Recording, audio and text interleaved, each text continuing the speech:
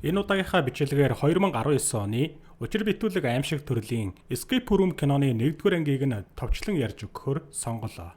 Олон улсын логик баазлын уралдааны 2026 оны 1-р шат 3-р сарын 21-ний өдөр Монгол орон даяараа зохион байгуулагдах гэж байгаатай холбогдуулан насан туршидчдын ангиллалын 1-р шатны онлайн бүртгэл эхэллээ. 1-р шатны насан туршидчдын ангиллал нь онлайнаар зохион байгуулагдах тул хинч хаанаас жорох боломжтой. Логик баазлал нь хэл соёлын ялгаа хамаарахгүй, салбарын мэдлэг дуршлаг шаардахгүй, цэвэр логик сэтгэлгээг ашиглан бодлогоодыг шийддгээрээ онцлогтой. Энэхүү уралдаан нь нас, хүйс, боловсрал, мэрэгжлийн чиглэл хамаарахгүй логик сэтгэлгээгээ хөгжүүлэх сорих хүсэлтэй хүн бүхэнд нээлттэй. Хэрвээ та 2-р шатнаас шалгаруул 9-р сард Энэтхэг улсад зохион байгуулагдах дэлхийн аварга шалгаруулах тэмцээнд оролцох эрхээ авах юм. Та уг уралдаанд оролцохыг хүсвэл энэхүү QR кодыг уншуулад эсвэл бичлэгийн тайлбар хэсэгт байрлуулсан холбоосоор дамжин ороод бүртгүүлээрэй. Бүртгэл 3-р сарын 5-ны өдрийн хүртэл явагдах тул энэ хугацаанд дамжиж бүртгүүлнэ. Дэлгэрэнгүй мэдээллийг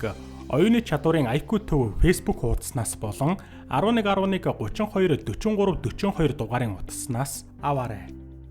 Хуучны модон тавилгатай өрөөний таазнаас гинэт нэгэн залуу унаж хананд байрлах онсон тоглоом руу сандрангүйн. Тэр онсон 4 оронтой тоо шаарддаг хаалга байх ба өрөөний хан аажмаар дотгошоо шахагдан хумигдэж залуу айж сандран өрөөнөөс сэжүр хайж эхлэв. Залуу ихэндээ өрөөний өнцөг болон бүрийг сайтар ашиглан сэжүр хайж байсан ч хан улам шахсаар байсанд залуугийн сэжүр хайлт нь айдсаар солигдож зүгээр л хан нүдэж орилсоор удалгүй бяцартлаа шахууллаа. 3 хоногийн өмнө Зоёг их охин хичээл рүүгээ яарна. Багш нь оюутнуудаас квант Зеногийн эффектийн талаар асуухад Зоё хариултыг нь аль хэдийн бодоод дэвтэртээ бичсэн байсан ч гараа өргөө тариулах үе ирэхэд яагаад ч юм хариулж чадсангүй. Хонх дуугарч хичээл тарсны дараа багш нь Зоёг дуудаж бичсэн ажил нь маш сайн болсныг хэлээд айдсаа давж нэг зүйл дуршиж үзхийг зөвлөв. Джейсон оффистоо уцаар яран бизнесийн хилцэл амжилттай хийж байлаа. Гэтэл туслах нь орж ирээд түүнд дуудлага ирснийг хэлэхэд Джейсон үүнийг үйлчлүүлэгчээс нь ирсэн бэлэг гэж таамагласан нь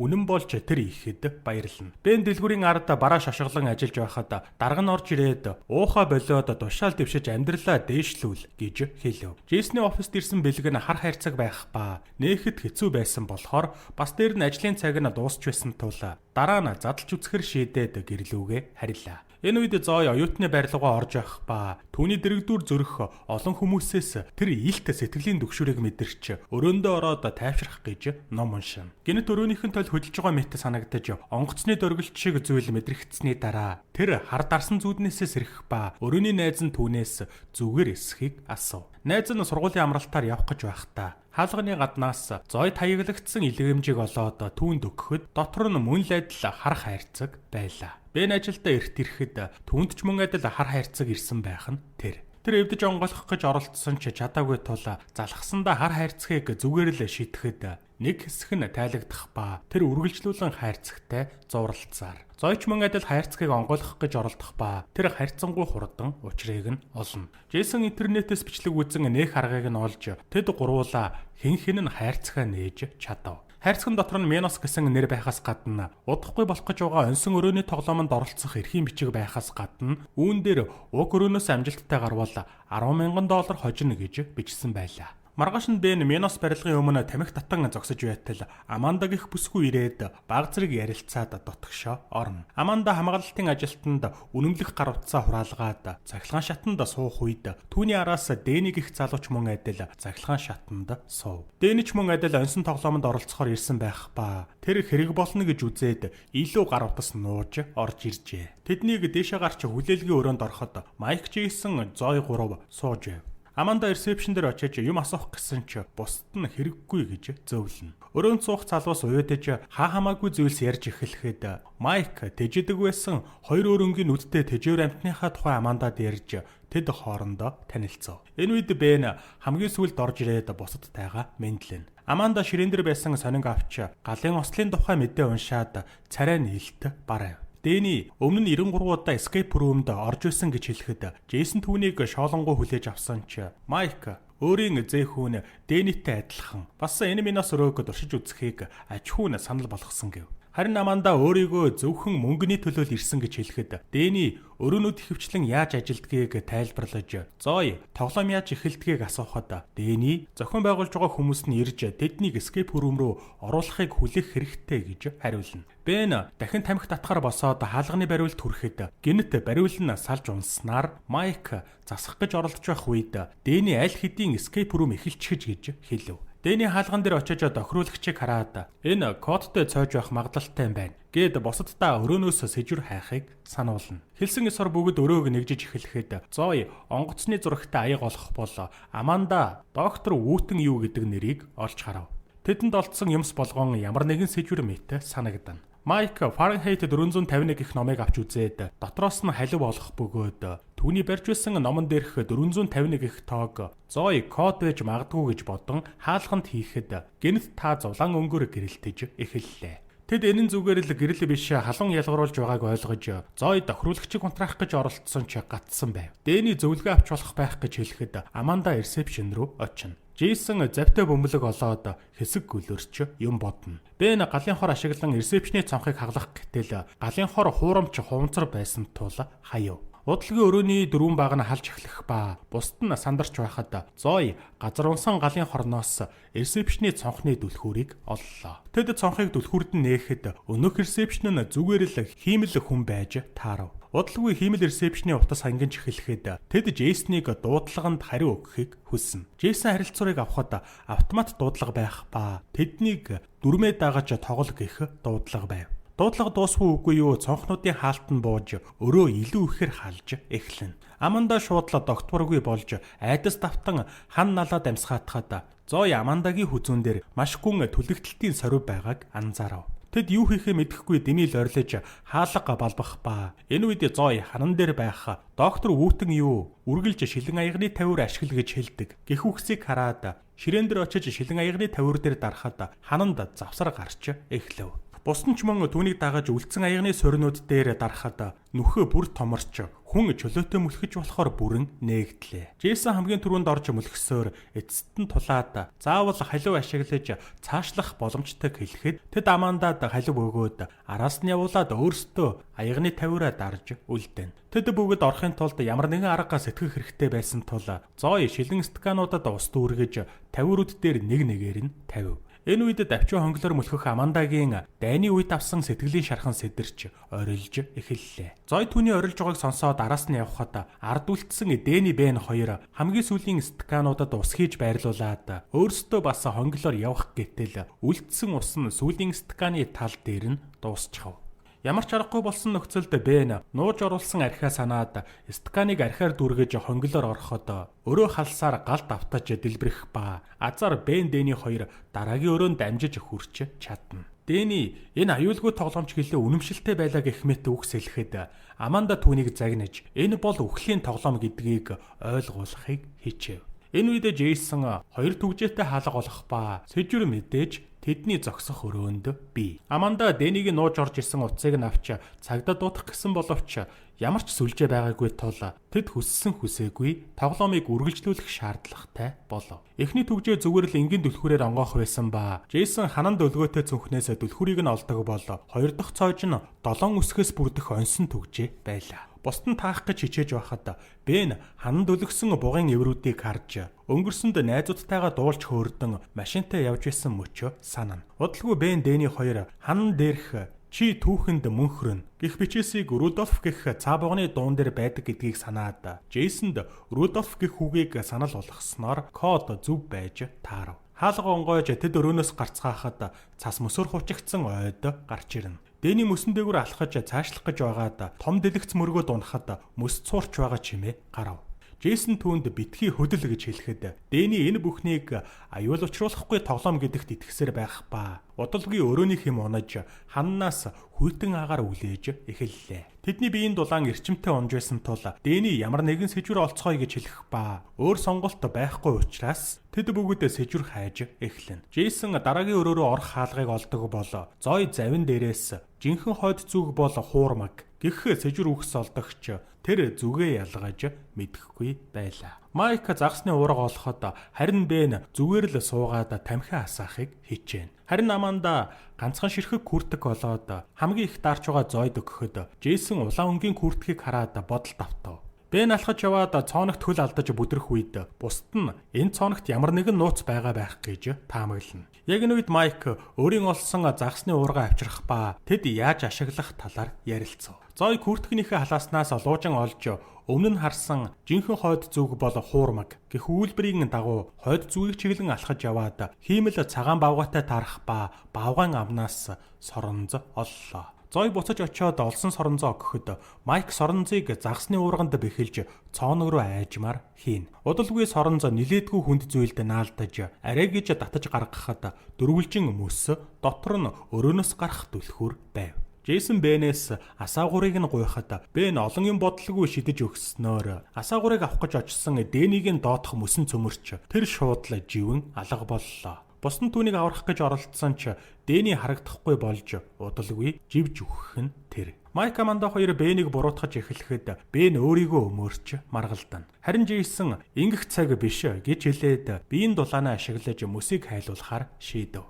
Хорон мөч өнгөрөх тусам өрөөнийх юм унсаар эцэд тултал таарсан Джейсонд усан онгоцны осолд орсон үе нь бодогдоно. Тэр үед Джейсон ослоос нэг найзынхаа хамт үлдсэн ба тухайн үед найз нь одоо тэдний ээлжлэн өмсөх улаан күртэгтэй адил күртэг өмссөн байсан байж. Улмаар тэд эхнээсээ биеийн дулаанаа алдаж эхэлснээр хамгийн түрүүнд Майк ухаан алдаж Джейсон хичээсээр хөлдөө мөснөөс өрөөнөөс гарах түлхүүрийг авч чадав. Түлхүүрийг хаалганд хийж эргүүлэхэд эсрэг талд нь өөр нэг хаалга онгойх ба энэ үед мөс бүхэлдээ цөмөрч эхэлдэгч тэд амжилттай дараагийн өрөөнд хүрч чадна. Дараагийн өрөө нь бүх зүйл нь уруу харсан өрөө байлаа. Тэднийг орж ирээд удаагүй байхад өрөө бүхэлдээ жижирч дараа нь болно. Гинэт харилцуур дуугарч Майк харилцуурын доогуур алхаж өнгөрөх үед харилцуур гинэт салж гар дээр нь унснаар чихтүүлэрэм чанга чимээ гарч дараа нь хөгжим ихшиглэж эхэллээ. Джейсон дараагийн өрөө рүү орох хаалгыг олсон ч бариулгүйг анзаарч Майк бильярдын ширээн дээр 8 тоотой шарыг дутуу байгааг хараад сэжүр хайхаар хөдлөнө. Өнөөх чанга чимээ дахин гарч шалны нэг хэсэг нурахад Бен түүнийг анзаарч амжиж Майкийг барьж унахаас аврав. Аманда тек рүү авирч дөрвөн оронтой кодтай хайрцаг олох бол Зой хажуу хананд байх эвлүүлдэг онсон тоглоомыг анзаарч нүхийг даван очиход Майк ч мөн араас нь очиж түүнд туслан дээшээ гаргана. Зой онсыг тайлж байх зуур шалны өөр нэг хэсэг нурах бөгөөд Джейсон унах шахав. Бен онсны тал руу үсэрч очиход Зой эцэст нь онсыг бүрэн эвлүүлж чадна. Тэд хэрхэн уншихыг нь ойлгож дөрвөн оронтой код гаргаж аваад Аманда тэлж өгөөд хайрцагт хийлгэхэд код таарахгүй байлаа. Шал дахин нурж Майк Бен хоёр онсноос зурх боловч жинэн хитэрч онс хазааж эхлэхэд амьд үлдэхийн тулд хэн нэг нь жингээ багсгах үүднээс түргэн авирах хэрэгтэй болж Майкаасандаа авирахаас татгалзана. Зой цаг алдалгүй авирах гэж байгаад гар нь халтарч шалан дээр хүчтэй унаж толгоогоо зохиж хэсэг манарлаа. Бүгд түүнийг босгож хилж байх үед Зой урд нь онгоцны осолд орж ээжигээ дуудаж байсан мөчн гинэт бодогдоно. Энэ үед Джейсон түүнийг сэрээж ханан дээр буцаан гаргав. Өрөө уруу болохоор Зой кодыг эсрэгээр нь хийж үзхийг Аманда тэлэхэд энэ удаа код таарч хайрцаг онгойн дотроос нь 8 тоотой бильярдны шарик хэлбэртэй хаалганы бариул гарч ирнэ. Гэвчээгийн үед шалны өөр нэг хэсэг нь нурж Аманда таазан дээрх бильярдны ширээрээ үсрэн нөгөө талд хүрэх гэж байх үед түүний халааснаас хаалганы бариулаа сугарч хамгийн сүүлийн шалны хэсэг дээр унлаа. Аманда доошо бууж хаалганы бариулыг авах үед өнөөх чанга чимээ дахин гарч эхлэх ба Аманда бариулыг Джейсон руу шидээд харилцуураас зүгдэж үлдэнэ. Зой түүнийг зоригжуулсаар байсан ч Аманда ямар ч гарцгүй гэдгээ ойлгож зүгээрдээ гэж хэлэхэд харилцуурын утас тасарч тэр ёроолгүй гүн рүү унхан тэр. Джейсон хаалгыг онгойлгож Майк араас нь дагах ба Бен Зоийг тайвшруулсаар дараагийн өрөө рүү хамт орно. Дараагийн өрөө яг л эмлэг шиг харагдах ба тэд доторх зүйлсийг нь шалгаж эхлэхэд орнууд нь бүгд танил санагдав. Эдгээр нь тэдний өмнө нь эмлэг төвтж байсан үеийн орнууд байлаа. Зой нэг орон дээрх мэдээллийг шалгахад тэр нь Амандагийнх байсан ба Аманда өмнө нь дайны талбарт болсон дэлбэрэлтээс амьд үлдсэн цорын ганц хүн байсан байж Зой өөрийнхөө түүхийг мөн ярьж онгоцны ослоос ганцаараа амьд гарсан гэдгээ хэлнэ. Джейсон усан онгоцны ослоос ганцаараа амьд үлдсэн ба тухайн үед найз нь хятад даарснаасаа болоод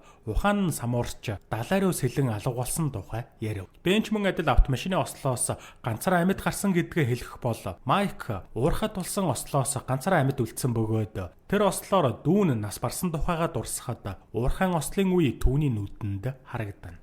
Тэд өрөөнүүдэд байсан бүх зүйлс өөрсдийнх нь туулсан ослуудтай холбоотой байсныг ойлгож, Зой Дэнигийн бичиг баримтыг олж үзэхэд Дэнич мөн ослоос ганцаараа амьд үлдсэн нэгэн байжээ. Зой энэ тоглоом хамгийн азтай амьд үлдэгч нь хэн болохыг шалгахын тулд зохиогдсон байж магадгүй гэж таамаглана. Гэнэт зураг тасаж өрөөнөөс гарах хугацааг тоолох тоолоор гарч ирэхэд залуус гарах арга хайж эхлэв. Тэд эрентхэн зургнуудыг сэжвэр болгон олж харах бөгөөд Бен эдгээр нь дохионы хэл болохыг ойлгож утга нь EKG буюу зүрхний цохилт хэмжих төхөөрөмж гэдгийг тайлна. Зой тэднийг байнга л ажиглаж байгаа камеруудаас болоод ялч чадахгүй байж магадгүй гэж бодоод камер бүрийг эвдэж эхлэх бол Джейсон хугацаа дуусмах зөрөөнд хор ялгархыг олж мэдээд хугацаа дуусаж байгааг харуулах дэлгэцийг ажиглав.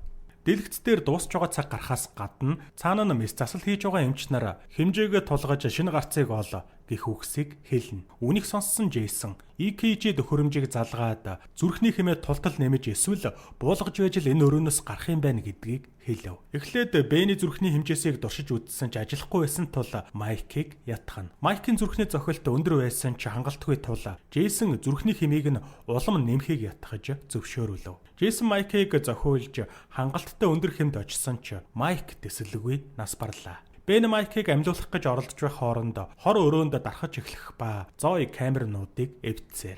Эцэст нь Джейсон EKG төхөөрөмжийг өөр дээрээ холбож амьсгалаа удаашруулж зүрхний цохилтоо бага хэмнэлт хүргэж чадсанаар хаалга онгойно. Джейсон төрүүлж гарахад Бен Зоийг дуудах ба харин Зой явахыг хүсэхгүй үлдэв. Бен Джейсны араас агаржуулалтын хонглоор мөлхөн гарч ирэхэд хаалга хаагадлаа. Энэ үед Зой хорны улмаас амьсгал нь боогдон хүчил төрөгчийн баг руу мөлхөн очих гэж тэмцэнэ. Джейсон Бен хоёр дараагийн өрөөнд хүрээд маргалдаж Бен түүнийг зөвхөн Майкийг биш усан онгоцны ослын үеэр найзаагаа ч мөн алсан гэж буруутгав. Джейсон амьд үлдэх хэсэг нь хүний өөрийн сонголт гэж хэлээд сэжүр хайсаар шалан дээрээс нэг таг олоод хоёулаа хамтдаа эргүүлж онгойлгоно. Гэвч гэнэт хоёулаа хийм харж эхлэх бөгөөд бариул дээр хор байсан нь тодорхой болж тагин дээр хонсон ерөндөг олохыг шаардсан байлаа. Бен ерөндгийг олдогч зөвхөн ганцхан тун байсан тул Джейсон түүн рүү дайрч тэд зодтолтов. Эцэст нь Бен Джейсныг хан мөргүүлж алаад ерөндгийг өөртөө тарьж амжина. Бен дараагийн өрөө рүү үсрэн ороход энэ нь киноны ихэнд гарч байсан нөгөө модон тавилгатай өрөө байлаа. Энэ хооронд цэвэрлэгээний ажилтнууд эмнэлгийн өрөөнд орж ирээд хоёр зогцсооллоо гэж бодоод шалгаж таазнаас унжсан хүчил төрөгчийн багийг харж байтал гинэт Зой босон тэднийг төмрөөр зохиж унгаад нэгнийх нь бууг шүүрч аваад өрөөнөөс гарч явна. Нөгөө талд Бен кодыг буруу хийснээс болж өрөөний хана дотгошоо шахагдаж эхлэхэд тэрээр хан дээр байсан бамбайг авч задгай зуух руу орон зуухны галыг бамбаагаараа амжиж хаагаад улмаар өрөөнөөс эсэн мэнд гарч чадав. Түүнийг дараагийн өрөөнд ороход нэг хоолой түүнтэй ярьж Джейсон дээр бооцоо тавьсан байсан гэдгээ хэлээд удалгүй тоглоомын зохион байгуулагч Game Master гэхээр гарч ирэн Бэнийг ялсныг зарлана. Бен түүнтэй маргалдах боловч тэр энэ тоглоомын зорилго нь юу болохыг тайлбарлаж үйлчлүүлэгчд нь дэлхийн хамгийн нөлөө бүхий хүмүүс бөгөөд тэд бодит эрсдэлтэй зугаа цэнгэлэл хүсдэг гэж тайлбарлана. Тэр Бэнийг ялна гэж бодоагүйгээ хэлээд тамхи санал болгоход Бенч зөвшөөрөв. Түүнийг тамхи асааж явах үед гинэт хоолойг нь уцаар боож алах гэхэд Бен хөлөнд нь зогцсон хугархай модыг суглаад түүний хөлөнд зоолоо. Бен царай нь хөхөрч эхлэх бөгөөд удалгүй барилгын камер Зой амьд байгааг илрүүлнэ. Дэлгэцэн дээр Зой болон Game Master хоёр тоглоомонд хэвээр байгааг харуулах үед Зой гинэт гарч ирээд түүн рүү буудаж шархтуулна. Game Master Зоийг дарж аваад боох үед Бен түүнийг шилээр зохиж унгаад буудаж хөнөв. Дараа нь Зой Бен хоёр барилгаас гарч явцгаалаа. Нэг өдрийн дараа Бен эмнэлэх тухаангүй хэвтэж Зой дэрэгдэн суун түүнийг сахиж байтал мөрдөгч ирээд хамт явахыг хүснэ. Мөрдөгч Зоёыг Минос барилга руу дагуулan очиж дотгошоо ороход өмнөх өрөөнүүдээс ямар ч уулмөр үлдээгүй байлаа. Зоё escape room-ийн талаар ярьсан ч ямар ч нотлох баримт толдоогүй тул мөрдөгч түүнд итгэсэнгүй. Зоё хан дээр бичигдсэн No Way Out буюу гарах гарцгүй гэх үгийн үсгнүүдийг ашиглаж доктор Вүтний юу гэдэг нэрийг бүтээсэн болохыг ойлгоод мөрдөгчд хэлдэгч тэр тоосончгүй явах хэрэгтэй гэж хэлнэ. 6 сарын дараа Бен Зоё хоёр кофе ууж суух ба Зоё бусад оролцогчдын тухай цуглуулсан материалыг үзүүлж тэдний үхлийг бүгдийг нь л осол мэт харагдуулсан байгааг тайлбарлана. Бен үүнийг орхих хэрэгтэй гэж хэлсэн ч Зоё тоглоомын талаар олж мэдсэн зүйлээ үргэлжлүүлэн ярьж Миносын логог тайлж төв нь Манхэттен дахь нэг барилга болохыг олж мэдснээ хэлнэ. Зоё Бентэй хамтаа явах гээд хоёр онгоцны дасгалбар авч бэлдсэн байв. Улмаар Бен эхэндээ дургуутсан ч эцэст нь хамт явахаар шийдэв. Дараагийн хэсэгт хөдөлгүүрийн шатсан онгоц агаарт нисэж явах ба нэг үйлчлэгч хайсан дүлхүүрээ зорчигчдын цүнхнээс олно. Тэр дүлхүүрийг ашиглаж нисгэгчийн бүхээгт нэвтрэх гэсэн боловч хаалга онгох биш харин өөр нэг онсон тоглоом эхлэнэ. Хоёр үйлчлэгч онсыг тайлах гэж оролдож байхад гурав дахь нь зорчигчдод ослын байрлал авахыг анхааруулв. Эцэст нь кодыг тайлж бүхээгт ороход нисгэгчд аль хэдийн өгсөн байх ба үйлчлэгч онгоцыг жолоодохыг оролдсон ч онгоц сүрэх нь тэр. Гэтэл энэ онгоцны осол бүхэлдээ симуляц маягийн өөр нэг тоглоомын бэлтгэл байсан ба царай нь үл харагдах хэнэгний хоол амьд үлдэх магадлал хэд вэ гэж асуухад ажилтан ойролцоогоор 4% гэж хариулах ба энэ тоглоомыг давах бараг ямар ч боломжгүй ажээ. Эцэст нь тэд Зоё Бен хоёрын нислэгийг шинэ escape room онсон тоглоом болгохоор төлөвлөж байгаа нь тодорхой болсноор кино төгсдөг. Олон улсын логик баазлын уралдааны 2026 оны 1-р шат 3-р сарын 21-ний өдөр Монгол орон даяар зохион байгуулагдах гэж байгаатай холбогдуулан насан туршидчдын ангиллалын 1-р шатны онлайн бүртгэл эхэллээ. 1-р шатны насан туршидчдын ангиллал нь онлайнаар зохион байгуулагдах тул хинч хаанаас ч орох боломжтой. Логик баазл нь хэл соёлын ялгаа хамаарахгүй, салбарын мэдлэг дуршлаг шаардахгүй, цэвэр логик сэтгэлгээг ашиглан бодлогоодыг шийддэгээрээ онцлогтой. Энэхүү уралдаан нь нас, хүйс, боловсрал, мэрэгжлийн чиглэл хамаарахгүй логик сэтгэлгээгээ хөгжүүлэх сорих хүсэлтэй хүн бүхэнд нээлттэй. Хэрвээ та 2-р шатнаас шалгаруул 9-р сард Энэтхэг улсад зохион байгуулагдах дэлхийн аварга шалгаруулах тэмцээнд оролцох эрхээ авах юм. Та уг уралдаанд оролцохыг хүсвэл энэхүү QR кодыг уншуулад эсвэл бичлэгийн тайлбар хэсэгт байрлуулсан холбоосоор дамжин ороод бүртгүүлээрэй. Бүртгэл 3-р сарын 5-ны өдрийг хүртэл явагдах тул энэ хугацаанд дамжиж бүртгүүлнэ. Дэлгэрэнгүй мэдээллийг оюуны чадварын IQ төв Facebook хуудаснаас болон 11 11 32 43 42 дугаарын утаснаас аваарай.